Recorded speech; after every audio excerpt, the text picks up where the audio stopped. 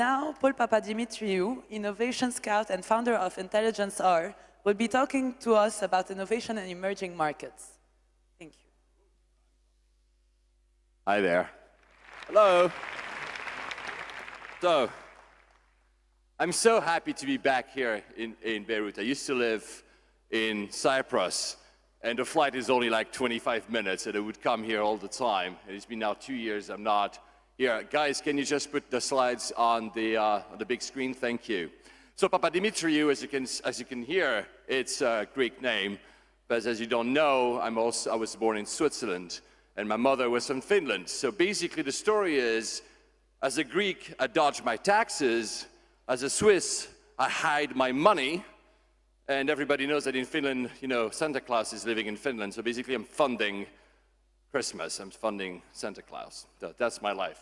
So, is that working? We'll see. Yep. This is Shinjuku Station. Shinjuku Station is in Tokyo, where I used to live in a past life. There is 4 million people going into that station every single day. It's basically your entire country going to the single station, train station, every single day. What I love about it is that it's, for me, it encapsulates technology and where we're going today. It changes, you show people going their ways, you show technology appearing, show people going, finding a map and trying to go to the next level. This is exactly what technology is all about today. I was living next to that station, and I was trying always to get my plane, and there was, again, 4 million people a day. So try to imagine how you can make your way in such a big station. And that was what I was doing today. This is a little bit the arc of the story I'm going to tell you today. What I'm going to talk about is technology, people, and what we do with both of it. So we do systems. These are the 3 keynotes I will mention today. This thing is really not working well. I'm so sorry, guys. I'm trying to approach. Maybe I'll go on this side. Plus, it's my better side, right, for the photograph. Yeah, Dan, is that true? Yeah, thank you. So, we create technology, right? The first thing so it's always been the case. We always had going faster. It seems today that we've been going faster and faster, but actually, if you look at the history of technology, we've always been going faster, from the ancient times to today. Since the 50s and the invention of the transistor, we've been going even faster, and I'm keep clicking. You see, that's technology where it doesn't work. And we've been going even faster, and every decade or so, we had a change of pace. Every decade or so, as you can see there, we went from the mainframe computer to the PC to the web, and now we're entering that where everybody calls the age of mobility, or the mobile phone, or the age of Internet of Things. All this, the term doesn't really matter. What matters is that it seems to be going faster, but actually, when you think about it, it's not. It's just a normal pace of technology. It's the Moore's law. Processing power is going faster and faster. This is why, for some of you, like some of you guys might be as old as I am, and you remember all these devices from a TV. I mean, you still have a TV, to a gaming platform, to a camera. Now everything is into one single device. What that means is that technology is actually a deflation game. Deflation is falling prices. Prices are falling, and everything becomes a single device. This is simply the history of technology. We build innovation on others people's innovation, and it seems to be going faster. But it's actually just following the same curve since the beginning of time. I look great when I do this, right? Imagine in your pocket right now, your phone is actually more powerful than the entire Apollo program. It has more processing power than the entire Allied forces in 1945. And obviously, you use your phone to watch cat videos. This is technology today. This is deflation. This is the first part of technology, of innovation. Technology is going faster, and the deflation is what matters. The second part is what you see when people look at this. They see somebody on a swimming pool, and I wish, and I will probably try to do that here in Beirut. They look at the technology. What I see here is a platform. What is a platform? Is you build innovation upon other people's innovation. Most people think that innovation just arrives by itself. Actually, you keep building upon it. When you think about stuff like very simple, like Facebook. Facebook is actually going, because the internet was invented and then the web was invented and then other technologies, one after the other, were invented on top of each other, and this one just doesn't. Yeah, guys, when I do that, you press the button, okay? Yeah, so do that very fast now. And so WhatsApp, all these technologies go actually very, very quickly. One more, guys. So that's a platform. Innovation is about platforms. We build stuff on top of each other. And then innovation is about networks. This is the very big difference from all the past, is that now we all can be connected very easily. We can suddenly be connected to somebody, and I've heard somebody mention the term diaspora. Suddenly the world is actually really becoming smaller and flatter. This is not anymore just something out of books, and you probably see that every day. So these are the three main drivers of innovation. Deflation, so processing power, platforms, building up on each other, and networks. And we all become nodes on a network. That's the thing. You all have something in your pocket, and we all become nodes in a single network. In economics, there's this theory called network effect, which basically states that the more people use something, the more valuable it becomes. And this is exactly what is going on currently with all these three drivers. Suddenly, everything becomes more powerful. That's another city I lived in. I lived in Manila in the Philippines, an emerging country, or frontier countries for those who prefer that term. We are people. We tend to always look at technology because technology is sexy. Obviously, you have an iPhone 6 or whatever, and you look at it because it's sexy. The point is, it has to be made by and for people. And go. Yeah, that's too slow. Sorry for that, guys. In Greek, because I'm Greek, I can play with that. In Greek philosophy, we have four things: logos, ethos, pathos, and mythos. Basically, the way we describe ourselves is science, facts, ethos, which are customs to what we do. As Lebanese, you have your own customs. As a Greek and Swiss and Finn, I guess I have some. Pathos, your passions, and that creates your myth. For a very long time, a myth was religion. And it's still to this day, but we're seeing it, we're feeling that a lot of things are changing, and we're feeling that people are trying to find other ways to relate to each other. The other part is that the first part here, the science has become more and more prevalent, which is great, in the last 50 years.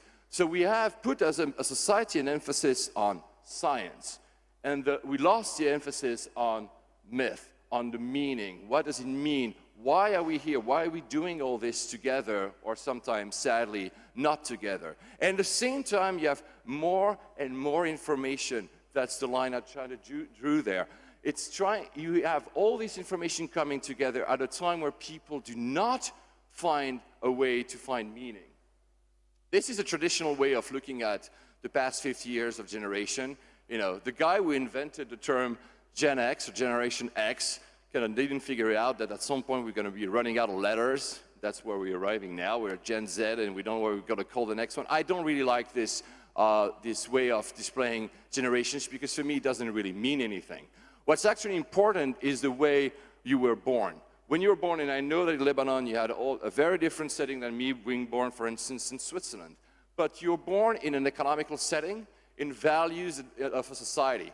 And this is what actually matters for innovation. What are your beliefs and your hopes for the future?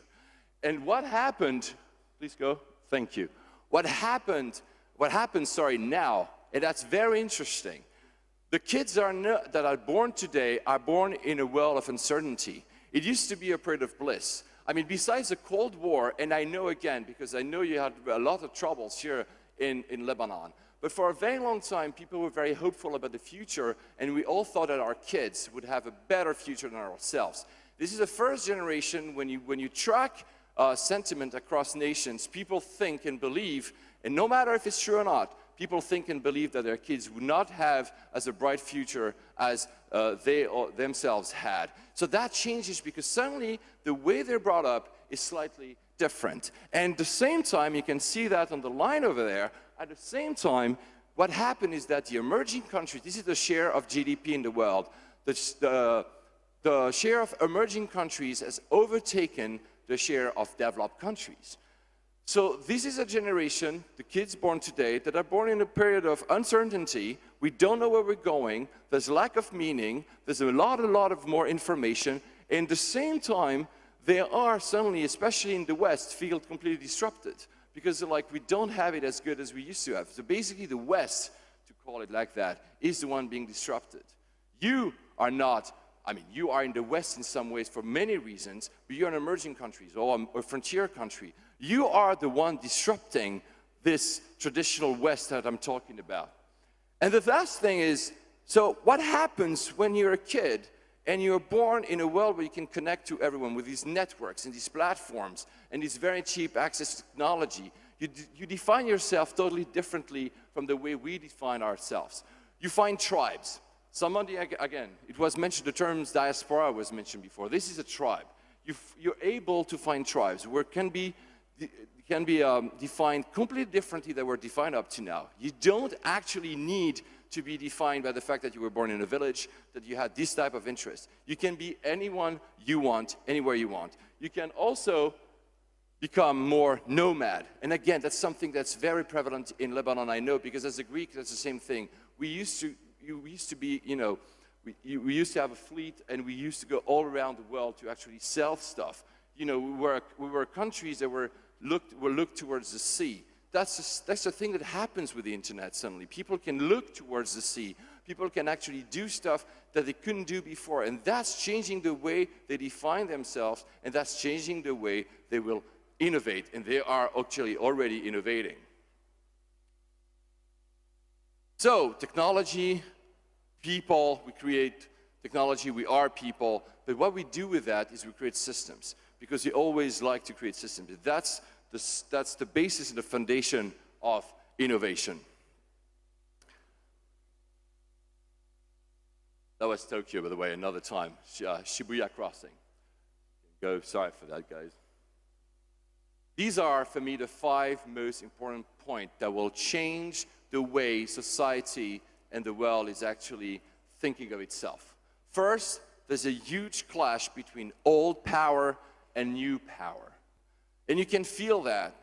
When you are born with no boundaries, when you are born with this feeling of being able to do whatever you want, connecting with whoever you want, finding other people and cheap access to technology, suddenly the way you're thinking about innovation is extremely different from the way the previous generation thought about innovation. The thing is, and I'm sorry because I know some of you are here, the thing is, a lot part of the administration of the government is still old power. You can feel that if you read the news, you can feel these kind of tensions when you read about Uber going against the taxi industry. That's exactly the type of tensions you have. But these tensions are going also differently because for a very long time, we thought, assumed, or perceived that both corporations and countries and governments were going to fix our lives. The government will fix our life, and the corporation will give us jobs. And that's not the case anymore. I come from a country, Greece, when you have 55% of youth unemployment. Do you really think that people believe that somebody will fix that? No, they're taking the destiny in their own hands. Hence, this really, really big shift and this really big tension that we're seeing all around the planet because suddenly you have this new generation that wants to do something differently than the old generation. All generations did. It's not something new. This always happened. The thing is, this time they have tools that are extremely cheap. In your pocket, you have something that allowed mankind to go to the moon and to win the Second World War. Imagine this. Old capital versus new capital. What I mean here is that for a very long time, capital, and still, was defined by labor and money, basically, right? So labor, when labor can be replaced by automation and algorithms are becoming better, labor, the value of labor, sadly so, becomes less and less. The value of traditional capital also becomes, on average, less and less, because now you can see that where the money is IDs. If you have an ID and you can leverage the tools, the processing power, the deflation, you can leverage the platforms and the networks, you can create something extremely quickly for very cheap. WhatsApp, that I'm sure a lot of people here use, WhatsApp was able to upend an entire industry, the SMS industry. By the time they sold to Facebook, there were only 50 people. Only 50 young people were able to reach the size of an entire industry that was created by corporations, monopolies sometimes, and government. 50 people. And they were created almost a decade ago. Imagine what this new generation will be able to do and append this way. An ID is enough now to actually change the world, It was not possible before. You still need capital, you still need money, obviously, and I'll come to that in a minute. But basically, the efficiencies are now at the margin. It has never been as easy to put an ID to life and to scale that ID. Next one, old business versus new business, obviously. Same rule apply. Again, I work with a lot of corporations, and it's fun to work with corporations. Not always, trust me, but I like to work with corporations. But then when I work with startups, I recently invested in the startups that do in San Francisco that does Internet of Things. When I see the way they work is that they say, you know what, the future is uncertain, but they bake that in. That's okay, that's the way they work. When I see how a corporation works, and that's in their DNA, the corporation wants to plan ahead, to understand how the futures will hold. Thus, all this industry of futurists that they hire because they suddenly want to know what happens. And sometimes they hire me, actually, and I'm not a futurist, trust me. I don't know what the hell is going to happen in even 2 days. But this is the thing, it's impossible. The world is becoming so complex that it's impossible to plan ahead. And corporations have these mindsets when most of the young people, because they are born in a world that's uncertain, what I said before, they don't have that mindset.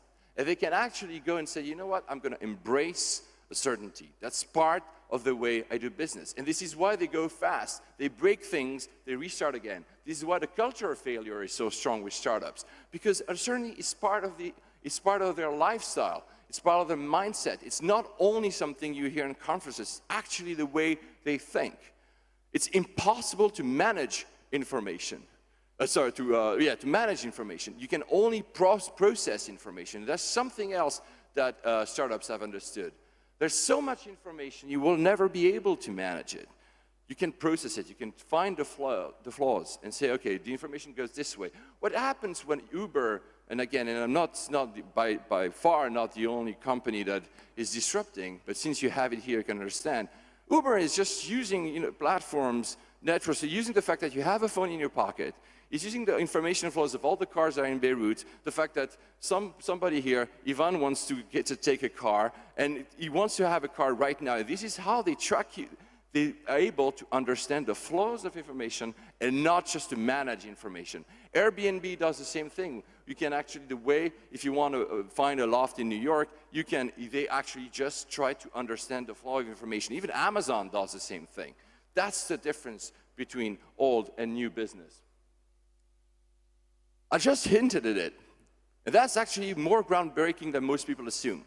Old consumption versus new consumption. The way people perceive things is not the way that it used to be. It used to be that to define yourself as successful, you had to have a big car, a big house, and if you had a dog, the car would be a Volvo. That's how you would actually define yourself as being successful. That's reassuring, owning things. The thing is, when we reach a plateau in terms of owning things, and the new generation doesn't care about owning things because of what I just said. I want to have a driver that drives me tonight to a very good nightclub in Beirut. I order it from my phone. I have my private chauffeur. I want a loft in New York. I can have a loft in New York for 1 week. I only need the access to experience. I don't need to own a loft in New York, nor do I need to own a car with a chauffeur here in Beirut. So when you have all these access to experiences thanks to all these companies leveraging, again, deflation, networks, and platforms, when you have these technologies available to you as a consumer, you don't actually need to own that many things anymore. You can just basically rent the things you need at the time you need. It's extremely efficient because I need a car right now and I'll have it right now. But if you think a little bit more through, it changes the way that companies have to present you products and services to the consumer. Think about the examples I just gave. If you're in the car industry and you're selling cars, who are you going to sell cars to if nobody actually wants a car anymore because they can have their private chauffeur? You'll have to sell the cars maybe to the people, of course, that are drivers for Uber and other companies. But also you have to think the way you're actually going to create these products, because suddenly these products have to become more robust. Because if a car on average stays probably more than 90% in a parking lot. So it's not used that much. But of course, if that same car is used by a private chauffeur, it's keep being used. So the shift in mentality for the people offering products is to say, oh, we need to offer robust products. You know what? By the way, this is something that the emerging markets have always been doing. The emerging markets have that in their DNA. Because you had to work despite a lot of things. I heard before someone mentioning it was hitting a wall. Because you had to fight this, you had to find ways to be more creative. You had to find ways to create products that were more robust, also cheap, and this is exactly where the rest of the world is going to. This is why I believe that emerging markets have a huge advantage in understanding the mindset and the framework of this new economy, especially this new consumption. You can teach the West a lot by actually just the things you're doing in countries like Lebanon, for instance. Sorry, I forgot to put my hand. I should dance, actually, would be better. Old countries versus emerging countries, obviously. That's what you heard the thread all through it. It's the West being appended by emerging countries. It's not only China. I mean, I go to China because I work for the launch of a mobile ecosystem in China right now. And I mean, if you have the chance, go to Shenzhen. Because honestly, then you'll understand what I just mentioned before. If you want to launch a product at scale, you can actually, in one day, have 10,000 units of anything, of really anything. So that's the thing. Again, as a young entrepreneur, you can go to Shenzhen, you want to create physical product. This is the big shift. It used to be that we were talking, and I heard the term digital. Yeah, digital is still a term, but it's digital is just a term we use here just to understand each other. But this permeates everything. You can create any type of object, physical object, and sell it extremely quickly. You can scale it in China right now, in other countries soon. You can scale extremely fast. And at some point, you might have a 3D printer in your home. You can actually develop the product yourself from your home. People talk about the sharing economy, and maybe you heard that term. I actually think it's very capitalistic, because what you become your own mean of production. You can create something extremely cheaply and scale it extremely, extremely cheaply. Obviously, because I never lived in Lebanon, but I lived in emerging countries, what I'm saying is very hopeful, but you still have a lot of issues to deal with. One of the issues, obviously, is transparency, and the fact that a lot of emerging countries usually correlate with a high rate of corruption. This is something that is actually going against. This is also something that's changing, because when you see, again, you have access to information, so a newer generation does not accept as easily the fact that a country is not transparent. They want to actually be able to use, to enable transparency.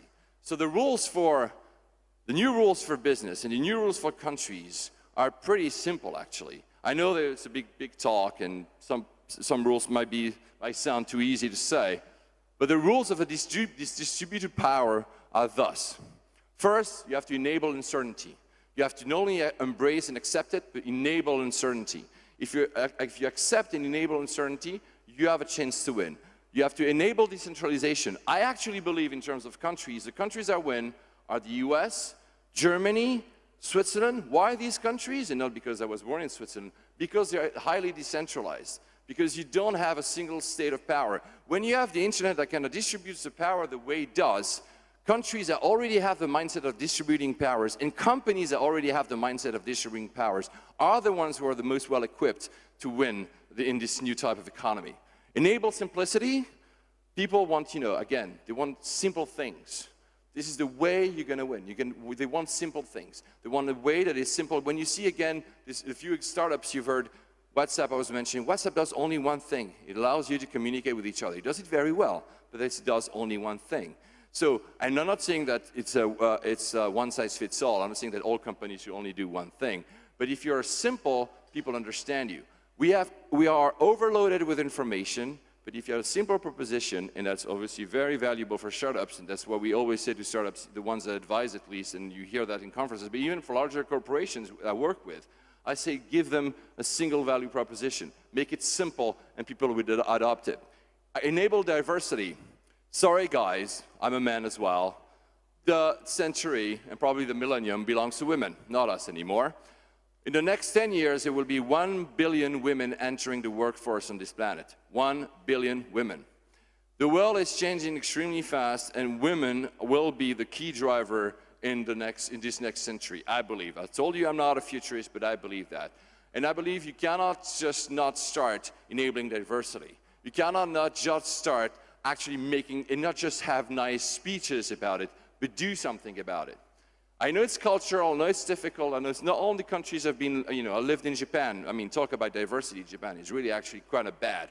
But if I look at it, the companies are the most successful are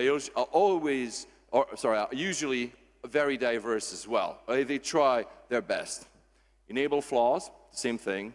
Understand, see the information, don't try to manage it, try to process it, try to actually interface it, and this is how you're going to win. And especially enable meaning. I told you, we're looking for meaning. We don't know where we're going. People are driven by two things, hope and fear, love and mortality, always. It's always been the case, and it will always be the case. When you have all this information around us, we have all these things happening at a very fast pace around us, what we want is meaning. That applies to a government with its citizens, that applies to companies that want to make a customer happy. We always hear, create happiness. But that's actually true. Even as a brand, you can create happiness because you give them meaning, even if it's a fleeting moment. I'm not saying you're going to change their lives forever, but for a fleeting moment, you give someone meaning. This is, in this world of this new economy, this is how you win, by enabling meaning. Oh, yep, my bridge doesn't matter now anymore. Sorry for that. So, if I go back, we go, try to summarize what I said. We go to a world of conformity, to a world of divergence. You have to accept divergence. And when you look at education in particular, which for me is the most important thing that a government can do, when you look at education, it still teaches conformity. It teaches you the same things to all the kids at the same pace, or more or less. We have to enable diversity, divergence. We're a world of different people, and that's okay. And the fact that we have this distributed power will only augment this feeling of divergence. So you have to be ready for that. If I come back to my story, when I was in that Shinjuku station every day trying to make my way, I have one advantage. I'm tall. Of course, in Japan, I was kind of very tall, actually. But you know what? When I was walking the station, I was seeing the people, and I was trying to make my way, and I was like, oh, there are less people over there. I'm going to walk this way, this way. And I learned ways to go extremely quickly to change my trains. And as I did that, what I was doing is managing information flaws. So if you want to succeed, please stand tall. Thank you.